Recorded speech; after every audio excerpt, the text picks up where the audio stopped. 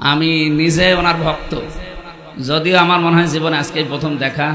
আমি বহুবার রাজি সাহেবের কাছে ওনার নাম শুনেছিলাম, মনে মনে ভাবতাম যে নিজে যে ঢাকায় দেখা করে আসবো, সময় পাইনি বলে আসিনি। আজকে যেহেতু দেখা হয়ে গেছে, আমি নিজে কিছুক্ষণ শুনবো আজকে ওস্তাদের কথা। সেটা আমি ওস্তাদের জন্য অপেক্ষা করছিলাম অনেকক্ষণ। আমারে দাওয়াত দেওয়ার সময় বলেছিল রাত 9টা থেকে 10টা, 1 ঘন্টা। আমি সেই আশায় বসেছিলাম, কিন্তু ওনার মনে হয় অনুষ্ঠান ছিল, আসতে দেরি হয়ে গেছে। এই জন্য আমি একটু এ মাহফিলের প্রধান আলোচক, আপনারা দ্বিতীয় বক্তা দিয়েছেন কেন?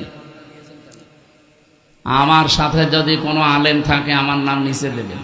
বাংলাদেশের প্রখ্যাত আলেমে দ্বীন, ইসলামিক চিন্তাবিদ, শিক্ষাবিদ, শাইখুল হাদিস, কুমিল্লার কৃতি সন্তান মুফতি আরিফ বিন হাবিব, আতালাল্লাহু উমরাহু ওয়া বারাকাল্লাহু ফি হায়াতি, বলেন আমিন।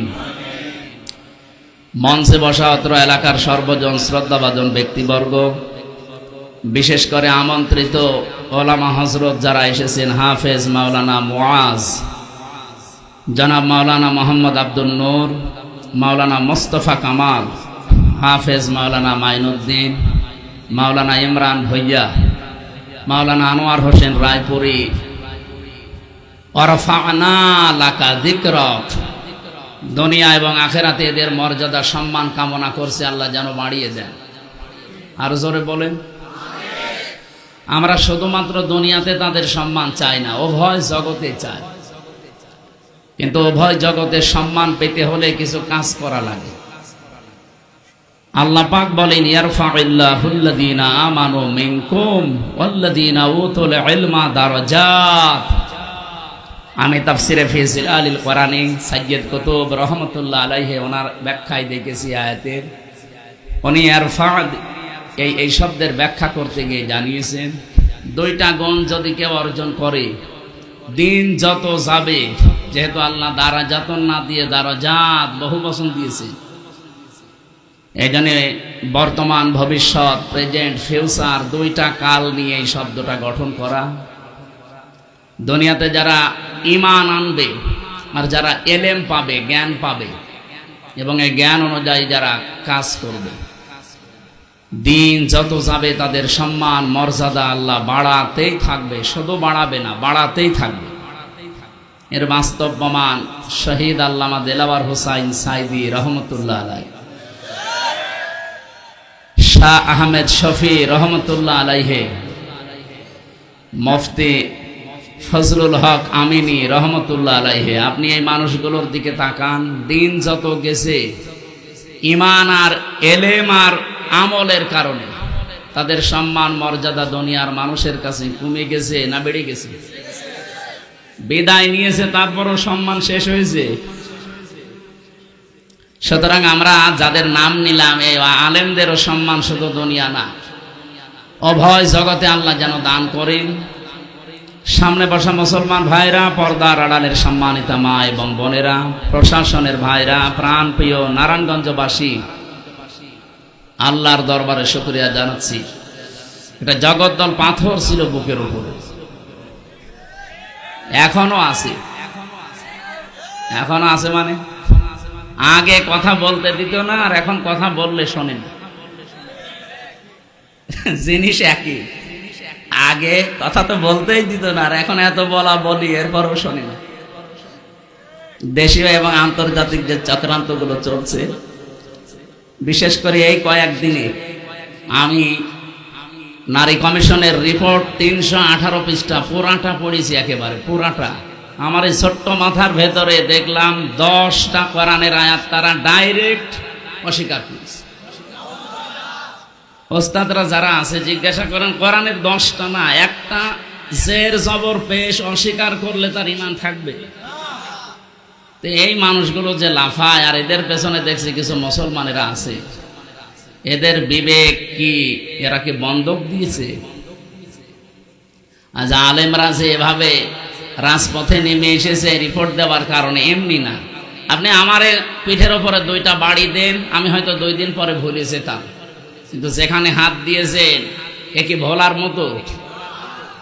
আমি একটা একটা করে পড়তে পড়তে আসছিলাম। প্রথমে তারা পারিবারিক জীবনে হাত দিয়েছে, এরপরে দিয়েছে তাদের ব্যক্তিগত যে জীবনটা।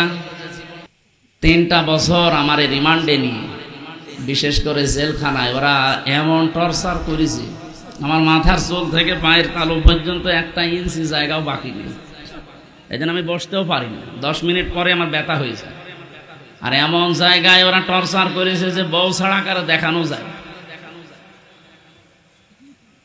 আমার সাথে 76 জন আলেম আমরা এক জায়গায় ছিলাম, বিশেষ করে মাওলানা মামুনুল হক, মাওলানা শাকাওয়াত হোসেন রাজি, মাওলানা জোনায়েদ আল হাবিব, মাওলানা মনির হোসেন কাশেমি, এরপরে মুফতি নূর হুসাইন নুরানি হাফিজাহুল্লাহ। আল্লাহ রাব্বুল আলামিন আলেমদের মর্যাদা সম্মান দুনিয়া আখিরাতে আরো বাড়িয়ে দিক। আমি ঋণী খালিদ সাইফুল্লাহ আইয়ুবী, আল্লাহরে বান্দার কাছে আমি ঋণী। ভেতরে তো আসলে কেউ কারো না, এমন একটা জায়গা, ওটা একটা আলাদা জগৎ। আর জালেমরা আমাদের সাথে এমন আচরণ করেছে, 24 ঘন্টা তালা লাগিয়ে রাখতো, এরপরে দিয়ে রেখেছে সিসি ক্যামেরা, বিশেষ করে আমারে আর মামুনুল হকরে। কেউ যেন আমাদের সাথে কথাও না বলে, দেখাও না। ওখানে কেউ যদি একটু তাকায় আমার দিকে ওনার দিকে, ও একেবারে ডাইরেক্ট খবর হয়ে যায় জায়গা মতো। সে এখন ওর চাকরি নিয়ে টানাটানি, আমার দিকে তাকাবে কি করে ওই দূর থেকে। আর যারা আসে অধিকাংশ পাহারাদার গুলো দেখতাম সব হিন্দু, দেবদুলা, সুব্রত বালা, আশিক কুমার, নয়ন ঘোষ, এত সব আল্লাহর ওলির নাম বলছি। এর কাছে কোনো আলেম সালেম আছে? দূর থেকে যদি বলতাম যে দাদা সব সময় তালা লাগিয়ে রাখে, 3 বছর একটা ঘরের ভেতরে, এইদিকে 3.5 হাত, এদিকে 2.5 হাত, আর সামনে আবার পায়খানা দেওয়া, ওর ভেতরে সব 24 ঘন্টা এভাবে দিয়ে রাখেন। একটা বই নিয়ে আসতে পারেন, একটু পড়তাম। ও বই নিয়ে এসেছে বঙ্গবন্ধুর আত্মজীবনী, পড়ে আমি করবো কি? হুজুর এর ভেতরে জ্ঞান আছে। পরের সপ্তাহে বললাম যে একটা বই দেন, বই দিয়েছে বঙ্গবন্ধুর ছেলেবেলা। আচ্ছা আপনি আর বই পান না? পরের সপ্তাহে বই নিয়ে এসেছে বঙ্গবন্ধুর চীন সফর। বললাম আপনার বই দেওয়ার দরকার নেই, কোন মুসলমান কারারক্ষী আমার ভাগে পড়ে কিনা দেখি। পড়লো আশরাফুল নামে একজন, ওরে বললাম আপনার এখানে তো নাম লেখা আছে, দেখে অন্তত বোঝা যাচ্ছে আপনার ঈমান আছে, আপনিও ওদের মতোই, কিন্তু আপনার ঈমান আছে। আপনার নাম যেহেতু আশরাফুল, আপনি এটিএম আজহারুল ইসলামের কাছে যাবেন, ওই বিল্ডিং এ আছে হিমেলে, বলবেন হামজা বই চেয়েছে, দেখবেন বই কারে বলে উনি দেবেন। আল্লাহর বান্দা আমার প্রায় অনেকগুলো বই পাঠিয়েছিল, প্রোডাক্টিভ মুসলিম। এই বইটা আমার মনে হয় প্রত্যেকের পড়া দরকার, একবার জীবন পরিচ্ছন্ন হয়ে যাবে ইনশাআল্লাহ। এরপরে পাঠিয়েছিল তাফসিরে ফি জিলালিল কোরআন, তাফসিরে তাফহিমুল কোরআন, তাফসিরে ইবনে কাসির, তাফসিরে মারিফুল কোরআন, এইগুলো উনি পাঠিয়েছিল। কারণ উনি আছে আজ 13 বছর। আল্লাহর বিভিন্ন বান্দারা গিয়েছে, বিদায় নিয়েছে, ওনার কাছে বই রেখে গিয়েছিল, তাফসির রেখে গিয়েছিল। আল্লামা সাঈদীর যত বই সব ওনার কাছে ছিল, মাওলানা মতিউর রহমান নিজামী রহমতুল্লাহ আলাইহির যত বই, শহীদ আব্দুল কাদের মোল্লার যত বই সব ওনার কাছে দিয়েছিল। এই জন্য আল্লাহর বান্দা বাড়ি ঘর, মানে ঘর কাপড়া লাইব্রেরি 300-র উপরে প্রায় বই আছে। এই 3টা বছর যেহেতু আলেমদের সাথে ছিলাম, বিশেষ করে শাকাওয়াত হোসেন রাজি সাহেব, ওনার কাছে আমি আরো বেশি ঋণী।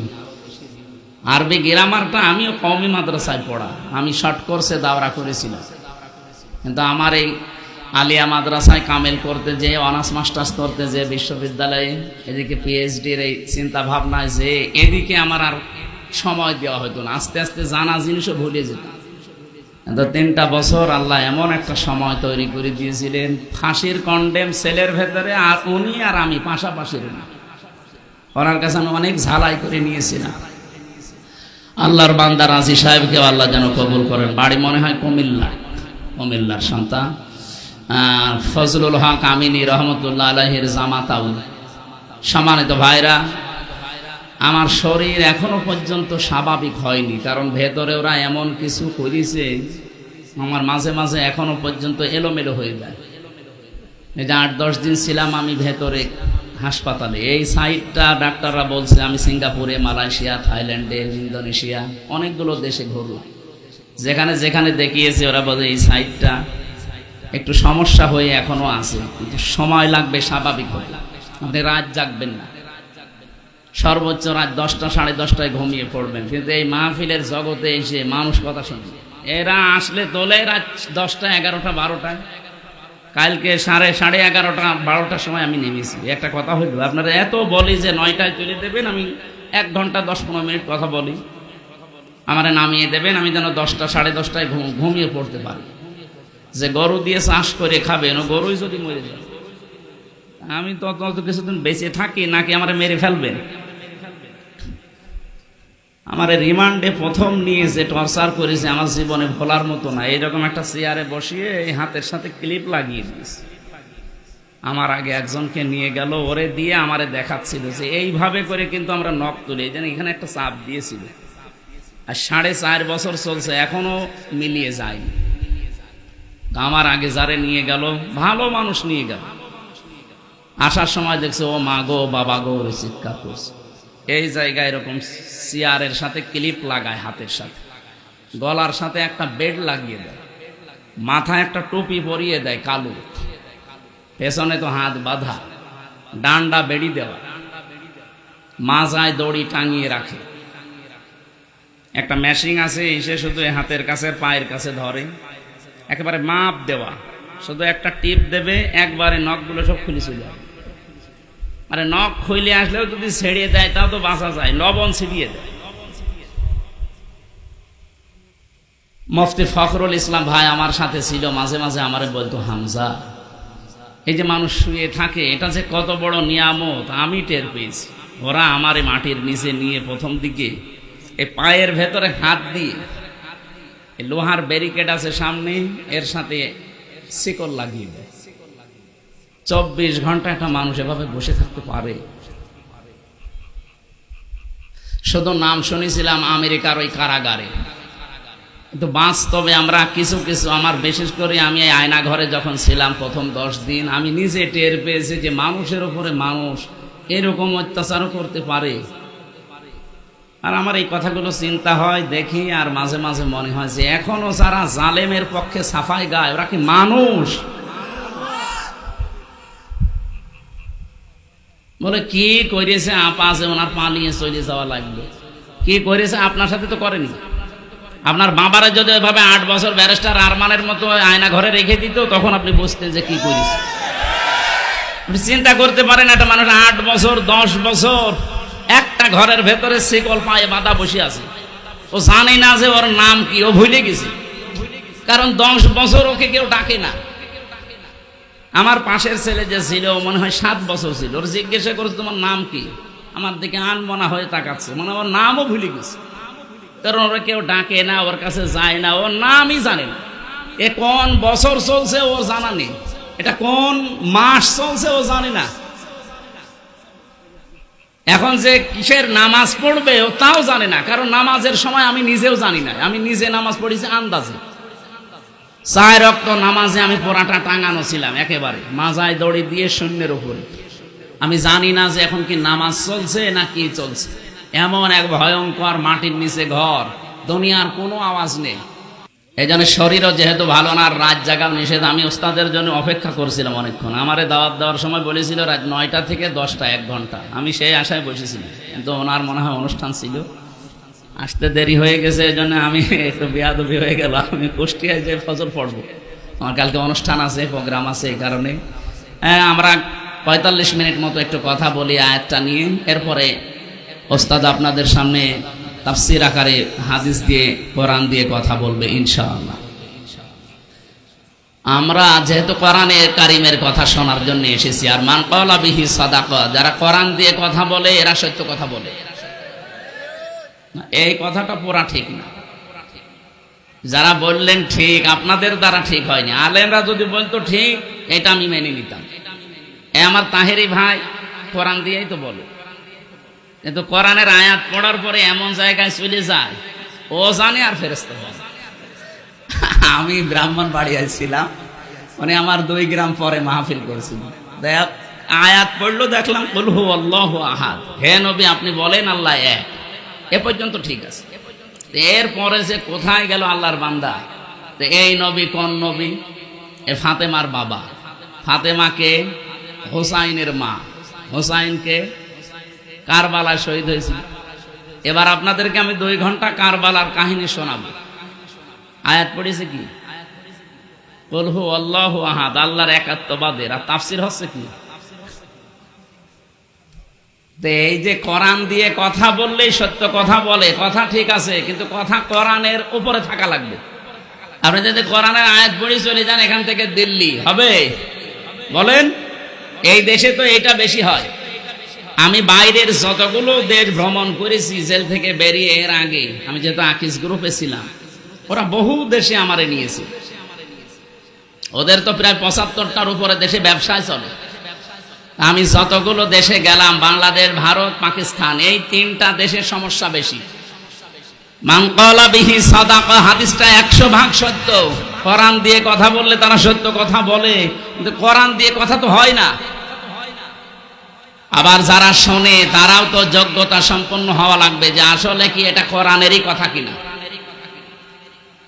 এই জন্য আমরা যেহেতু কোরআন দিয়ে কথা বলতে চাই, যারা আলেম আছে অন্তত তারা যেহেতু বুঝতেছেন, আপনারা অন্তত সায় দেবেন। আমি যদি সঠিক আয়াতে কথাগুলো তুলে ধরতে পারি, আপনি মেনে নেওয়ার মতো মন তৈরি করবেন ইনশাআল্লাহ। এখানে দাঁড়িয়ে না থেকে একটু বসলে ভালো হতো ভাই। আপনি তো কয়েকবার ছবি তুললেন, আবার এখানে কি বসেন।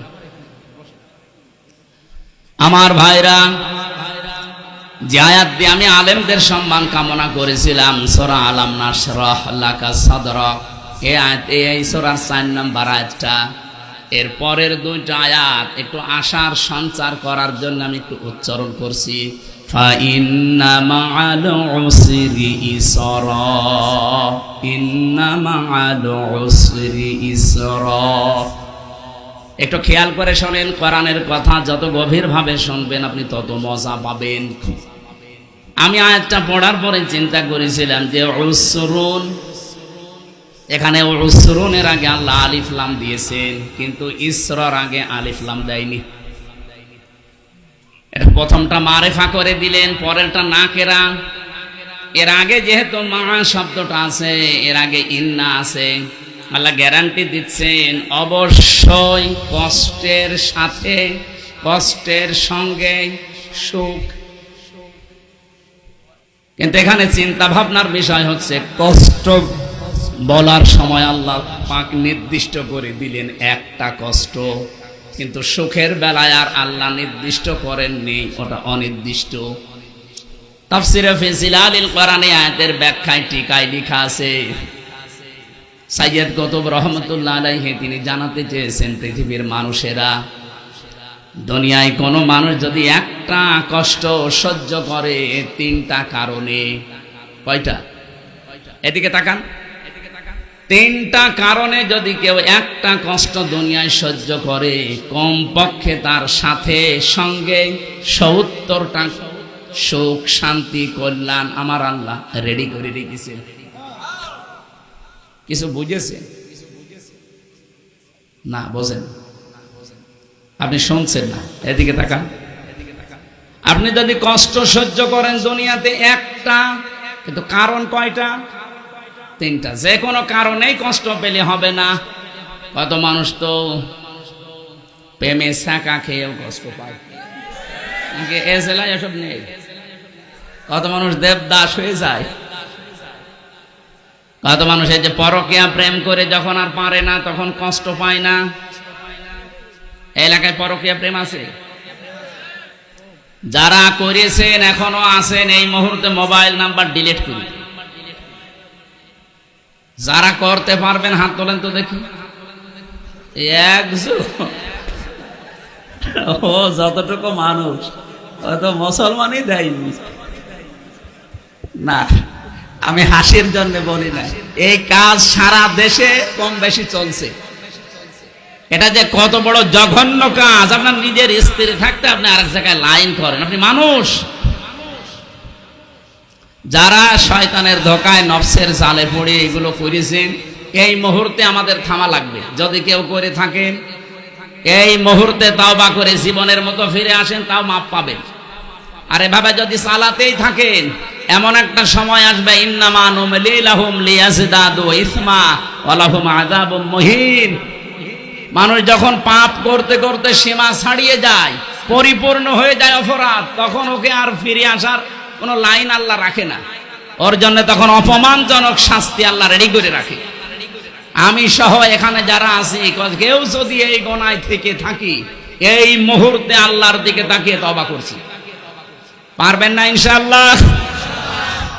এই অবৈধ কাজে সুখ আছে, শান্তি আছে, কিন্তু একটা অবৈধ সুখ যদি দুনিয়ায় কেউ ভোগ করে, একটা কষ্ট পেলে যেমন ৭০টা শান্তি আছে, ওর সাথে সাথে একটা সুখ যদি কেউ দুনিয়ায় ভোগ করে আর সুখটা যদি হয় অবৈধ, অবশ্যই তার সঙ্গে সঙ্গে সাথে সাথে ৭০টা দুঃখ তাকে ভোগ করা লাগবে। পরকীয়া প্রেমে যে শান্তি আছে, সুখ আছে, এটা কি বৈধ সুখ না অবৈধ? বলেন বলেন। এই অবৈধ সুখ যদি কেউ দুনিয়ায় পান, হ্যাঁ আপনার আনন্দ লাগবে, সুখ লাগবে, একটা সুখের কারণে ৭০টা অশান্তি দুনিয়ায় ভোগ করা লাগবে। এটা আমরা চাই? বলেন। আল্লাহ আমাদের হেফাজত করুন, বলেন আমিন।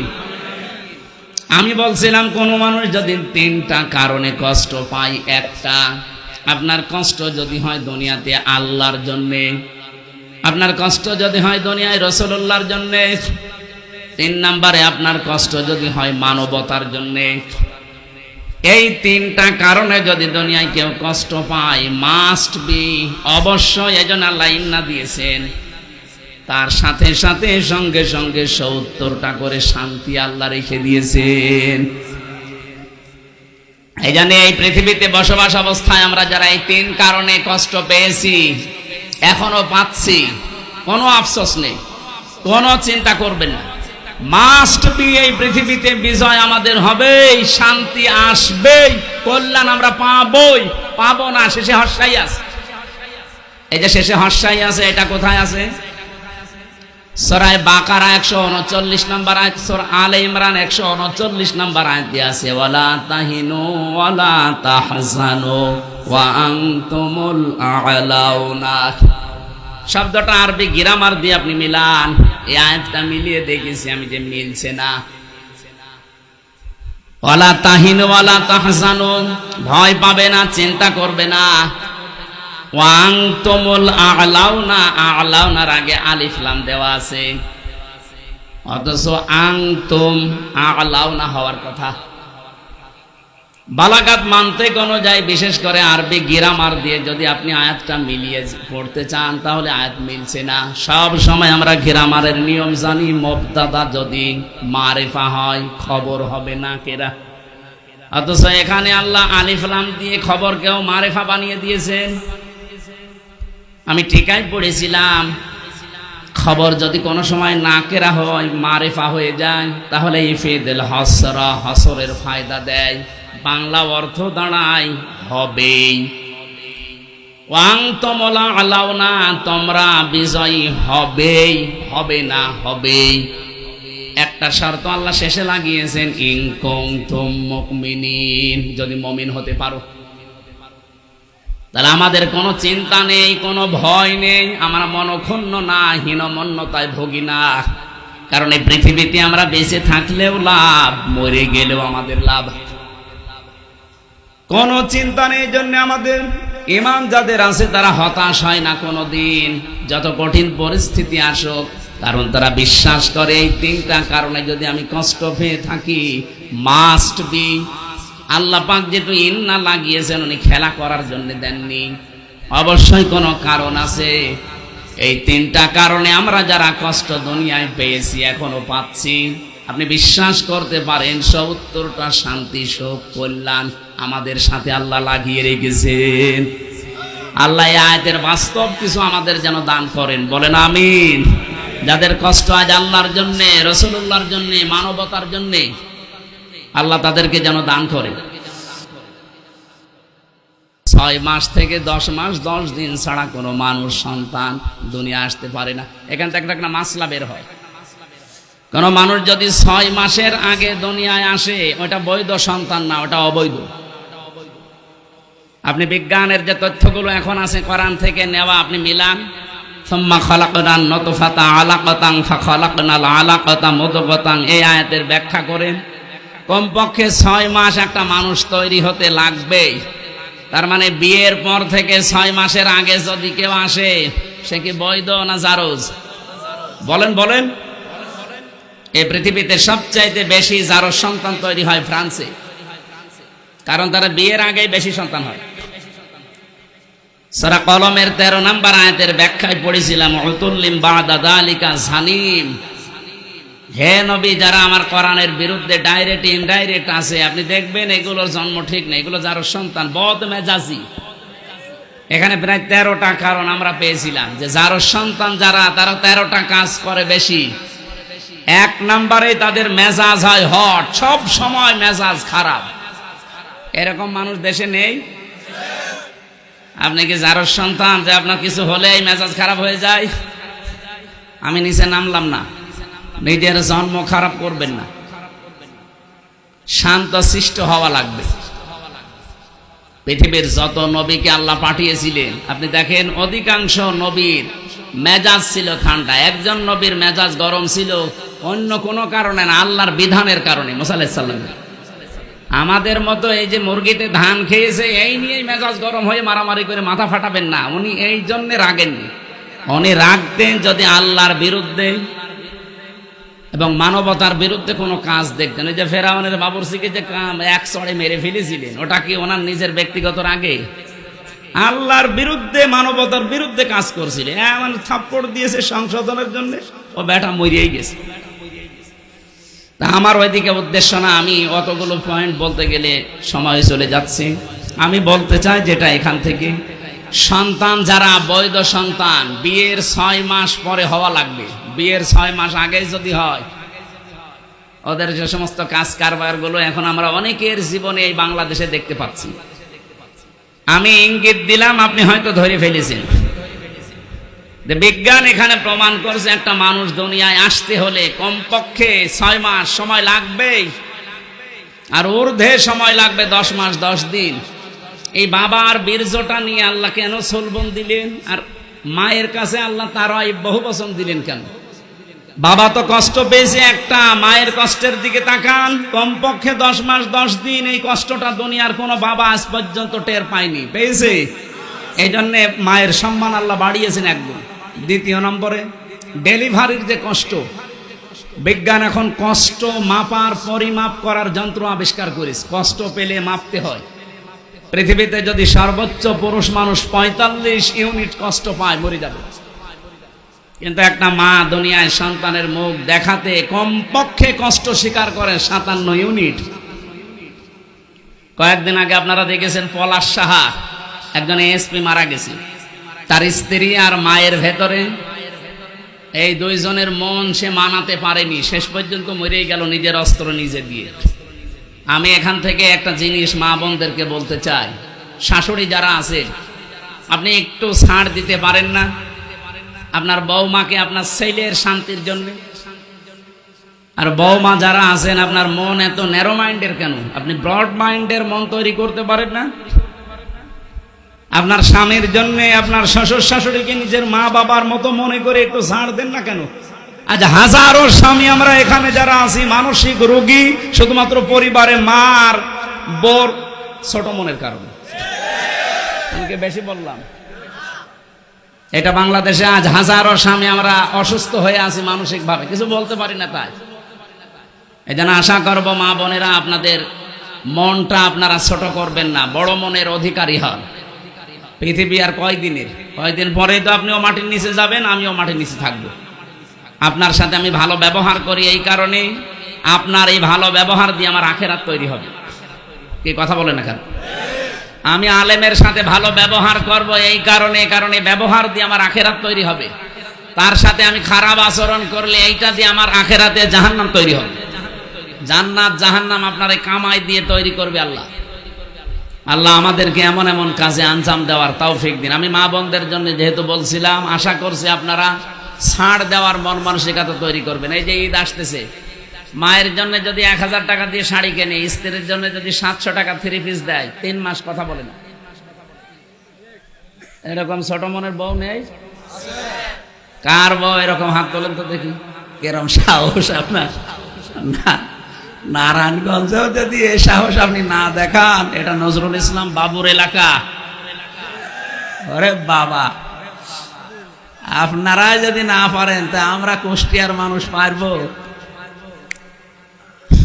3 নম্বরে মায়ের কষ্টটা, এই যে দুধ খাওয়ানো, যদিও দায়িত্ব মায়ের না, দুধ খাওয়ানোর দায়িত্ব বাবার। এখন যদি বলেন নতুন কথা বললেন, সূরা বাকারা 233 নম্বর আয়াতের মাঝের অংশে দেখবেন, আল ওয়ালিদাতু ইরদিউনা আওলাদাহুন্না হাওলাইনি কামিলাইনি লিমান আরাদা আইয়ুতিম্মার রাদা। এটা মুযাক্কার শব্দ। আপনি দুধ পান করানোর দায়িত্ব বাবার। বাবার যেহেতু জিনিসপত্র নেই, এই জন্য মা পান করিয়ে দেয়। মা যদি পান না করায়, মার গোনা হবে না। আমার মনে হয় এটা মাইকে বলা ঠিক হলো না, কারণ আমারও 8 মাসের একটা বাচ্চা আছে। তো ম্যাডাম যদি এখন শোনে, বল বাড়ি আসেন, টাকা দেন, তারপরে আপনার মেয়ে দুধ খাও, এটা মুসিবতে পড়ে যাব না? থক্কু, আমি আর কোনোদিন বলবো না। এই যে 3টা কারণে মায়ের সম্মান আল্লাহ এত বাড়িয়েছেন, নবীজি এত বাড়িয়েছেন, তার ওয়াইফটা এমনি দেয়নি। বিজ্ঞান এখন আমি নিজে কম্পিউটারে দেখেছি, বিশ্ববিদ্যালয়ে থাকাকালীন আমার যেহেতু গবেষণা এ বিষয়ের উপরে ছিল, আমি দেখেছি বাবার এই বীর্যটা যখন বের হয়, কম পক্ষে 40 কোটি মানুষ তৈরি হওয়ার ক্ষমতা রাখে 1 ফোঁটা বীর্যের ভেতরে। ওখান থেকে মায়ের রেহেম পর্যন্ত আসতে বিভিন্ন জায়গায় ধাক্কা খেয়ে পড়ে যায় অনেকে। শেষ পর্যন্ত মনে করেন আমি হামজা পর্যন্ত গিয়েছি। আল্লাহ পাক বলেন 120 দিনে আমি 4টা জিনিস এই নাপাক পানি দিয়ে বানাই: চুল, রগ, হাড় আর পর্দা, রক্ত, গোশত, চর্বি আর চামড়া। মার বাবার এই 2টা নাপাক পানি দিয়ে 8টা জিনিস যখন এক হয়, আল্লাহ বলেন আমি যেহেতু রব নাম নিয়েছি। আর রবের অর্থ কি? তারবিয়াতুশ শাইই ইলা কামালিহি শাইয়ান ফাসাজ্জান। নেই থেকে পূর্ণতার দিকে যিনি ধীরে ধীরে পৌঁছিয়ে দেন, তার আরবি নাম রব। আল্লাহ এই নামটা নেওয়ার কারণে দেখেন আমাদেরকে আস্তে আস্তে পৌঁছিয়ে দিয়েছেন একেবারে হামসা পর্যন্ত। সূরা নাহালের ভেতরে আছে 78 নম্বর আয়াতের মাঝের অংশে আছে এটা, ওয়াজআলা লাকুমুস সামআ ওয়াল আবসারা ওয়াল আফইদা। রব্বুল আলামিন বলেন শ্রবণ শক্তি, দর্শন শক্তি, বাক শক্তি, আরো 2টা কথা অন্য আয়াতে আছে, আকেল শক্তি আর ঘ্রাণ শক্তি। এই 5টা জিনিস আমি আল্লাহ আমার রব নামের কারণে বান্দাকে দেই।